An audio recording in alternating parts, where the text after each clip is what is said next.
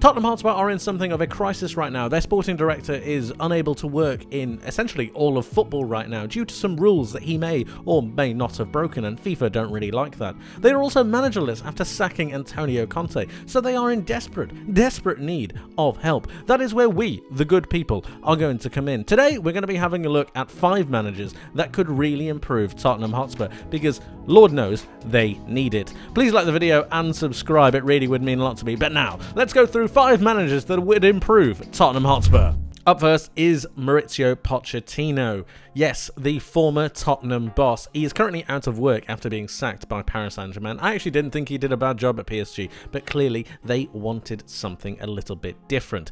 But Tottenham, I think, should be definitely going for him. He's got a love for the club and a fondness for the club, and I do think he would start to bring through some of the youth players again. He would bring a harmony to the squad, and I think that's what Tottenham kind of need a little bit. A bit of a hug, a bit of an arm round their shoulders, just to tell them that everything's okay. And Mauricio Pochettino could be that person. And remember, before he got sacked, he actually wanted a rebuild, which is exactly what Tottenham are proposing now. They need a desperate rebuild from back to front, and I really do think that he could definitely be one of the managers that could really take them forwards. He knows what he wants and he knows how he wants to achieve it. He was very close to achieving immortality in that Champions League game against Liverpool. It wasn't to be, but who's to say that if he returns, he can't achieve some silverware for Tottenham? One to watch out for. Up next is Luis Enrique. The former Barcelona and Spain manager has recently announced that he wants to take up a job in the Premier League. And why can't it be Tottenham? Why can't one of the best managers in the world go to a place like Tottenham Hotspur?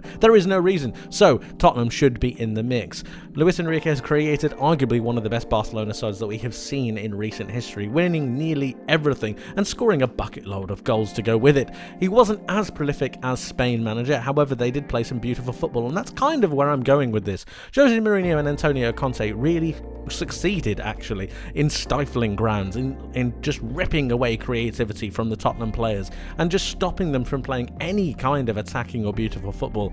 And that's where I think Luis Enrique could come in. I think he could come in and really imprint that beautiful football that Tottenham are known for. And let's be honest, that is what they're known for. They're known for playing good football, beautiful football, and football that has both a purpose but also is stylistically very good to see on the eye. And that's something that I think Luis Enrique, and something that shouldn't be taken for granted, it's something that he could definitely offer this Tottenham Hotspur side.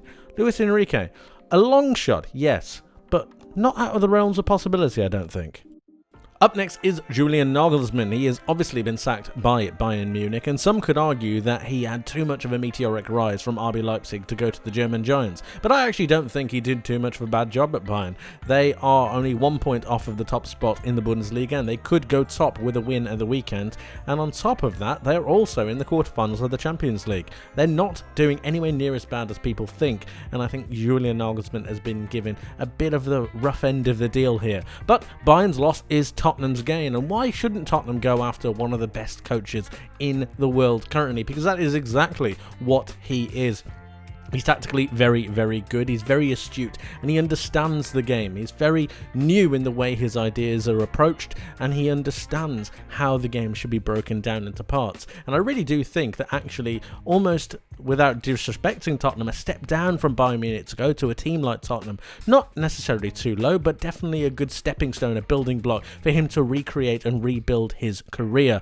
I do think it would be a fantastic step for both clubs, and who knows, maybe they could win a trophy on the way. We are flying through this list. Next up is Roberto De Zerbi. Yes, the Brighton manager. He's only recently come into the job following Graham Potter's exit from Brighton to go to Chelsea, but he's done a brilliant job in that time. They currently sit 7th in the table, and if they win their games in hand, they could be above Tottenham. And they're also in the semi-finals of the FA Cup, something that Tottenham can't claim to be in either.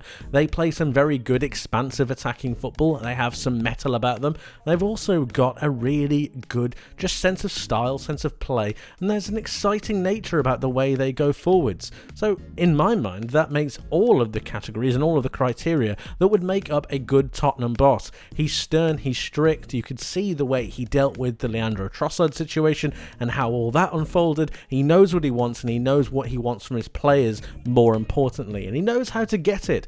Definitely one to watch, and the only question mark over his head is the amount of experience he will have had in the Premier League, and whether he can take that limited experience and take it to a larger club or a bigger club. No disrespect to Brighton, but a bigger club in terms of size, scale and structure. It remains to be seen, but Roberto De Zerbi definitely is one to watch. Last but certainly not least is Thomas Frank. Yes, the Brentford manager. Considering how much he has spent, or how much Brentford have spent, and considering their position in the table, they are doing just amazing. 8th in the table at the time of recording, and he's just extracting so much out of this group of players. They're willing to do anything for him, and that is a telltale sign of a very good manager, when all of the players get behind the manager and understand what he wants from them and how they want to go and achieve their goals. He plays some very good football, albeit not as stylish as the other managers that we have mentioned, but that does not mean that he is any worse.